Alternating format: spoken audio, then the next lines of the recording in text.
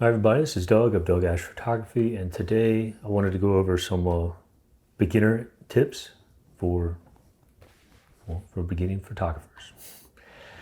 So I know everybody's got to start somewhere.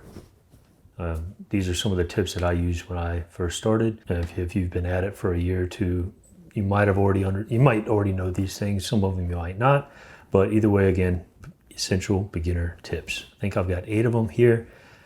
So first one.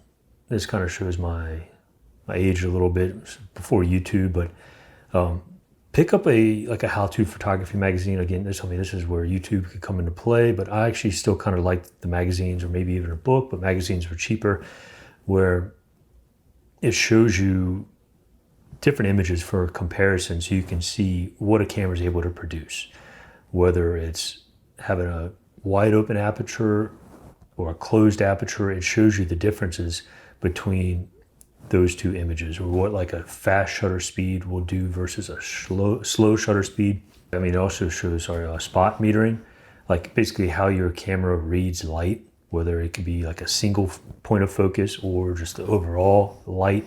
Different names for different cameras, like evaluative, matrix metering, or spot metering. Again, there's different names for different camera brands, but overall, like how your camera sees light can be altered as well using certain modes. But that's just like a magazine, because it shows images side by side and breaks everything down right there for you.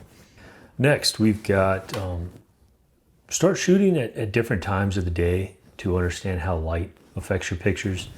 You've got some obvious ones, such as like shooting sunrise, post sunrise, before sunset, and of course during sunset. Then even shoot at night. I know it says how light affects pictures, but it could be like street lamps or moon. So yeah, try at night as well. I love how street lights and or the moon works with an image, like how it bounces off brick at night in alleyways. Love that so much. But yeah, just overall how light strikes your subjects differently throughout the day and can create drastically different images. All right, so next we've got when doing photo walks, don't forget to turn around. I know it seems stupid, but it's saved me a couple times, or it's actually given me very good images that I otherwise wouldn't have gotten had I not turned around. It gives you another perspective. Maybe it's a rustic light post that seemed boring when you walk by it one way, but when you turn around, the sun hit it a certain way that just made it pop, made it very different than what it was when you walked by initially. So turning around, seeing that will give you that another perspective. Next, become familiar with all your camera's buttons, inside and out. Know how to change shutter speed, aperture, light metering, all that fun stuff. And this is something even before you start shooting, like in manual mode and really getting into the camera, just knowing where those buttons are can help save a lot of headache. Next, we've got, take interesting images. If taking a landscape image, don't just capture the single mountain off in the distance. Look for something to add, like interesting foreground. It could be like a flower or a rock in the foreground, different texture, just something else to help add to the mountains.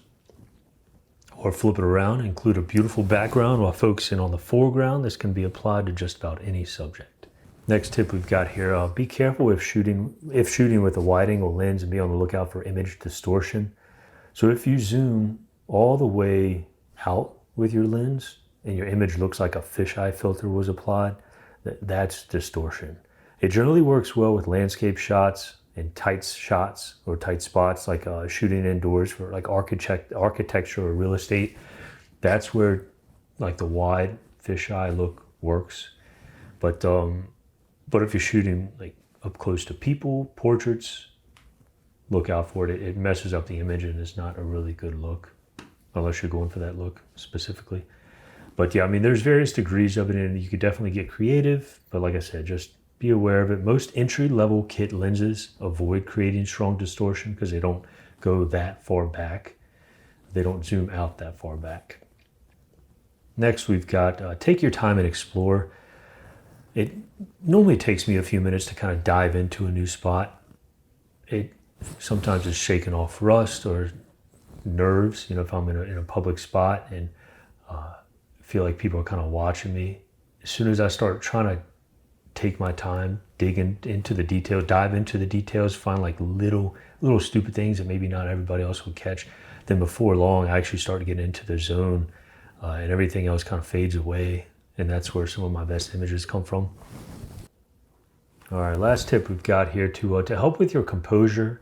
Imagine your image in a magazine. Again, magazine pops up, but this is where I kind of think a magazine can still actually really help you. I mean, like, just think, does your image look good on a page? Does it stand out? Do you think the magazine editors would even put your image in a magazine? If not, take it again, then take it again, until you can imagine your image in the magazine.